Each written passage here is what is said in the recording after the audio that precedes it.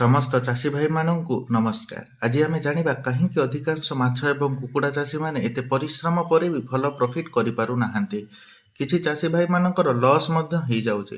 प्रथम कारण निम्नमानर माछ जाँल एवं कुकुड़ा चिया चयन और ता सहित सेमानंको दिया जाउतबा खाद्य निम्नमानर होइतिबारु सेमानंको ग्रोथ ठीक भाव में हो पारुनी, जहा फल मार्केट रे ताहार सठिक प्राइस मिलुनी। तो आमको तीनोटी जिनिस उपर अधिका प्राधान्य देबाकू हेबो।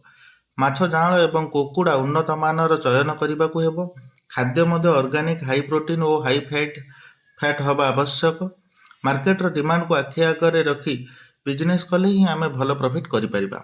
एबे मार्केट रे मिलुतबा समस्त खाद्य अधिका प्राइस थिबा सहित फैक्ट्री मैन्युफैक्चर प्रोसेस फूड रोचे, जो कि अधिका प्रोटीन और फैट जदि खोजिबा ताहाले तार प्राइस आकाश छुआ रहिबो, जहाकू साधारण चाषी पक्षे व्यवहार करने कष्टसाध्य हो पड़ुचे एवं अधिका खर्च जो प्रॉफिट रेशियो भी कमी जाउची। जदि आम किछि वर्ष तलकू जाई देखिबा ताहले आगरु माछ माने पानी रे रहुतबा पोक एवं छोट जीवजंतु मानकू खाई बंचुथिले। किछि भी एक्स्ट्रा प्रोसेस फूड रो आवश्यक नथिला तांको। कुकुड़ा माने मध्य बाहर बुली पोक छोट जीवजंतु मानकू खुंटी खाउथिले। तांकर हेल्थ मध्य भल रहुतला, किछि रोग हो नथिला एवं प्रॉपर न्यूट्रिशन मध्य मिलुथिला। ताकू खाइबा द्वारा आम मानकू मध्य भल फायदा मिलुथिला। मात्र एबे आमे बहुत प्रोसेस्ड फूड एवं औषध देई सेमानकू इन्फेक्टेड करि देउछन्ती।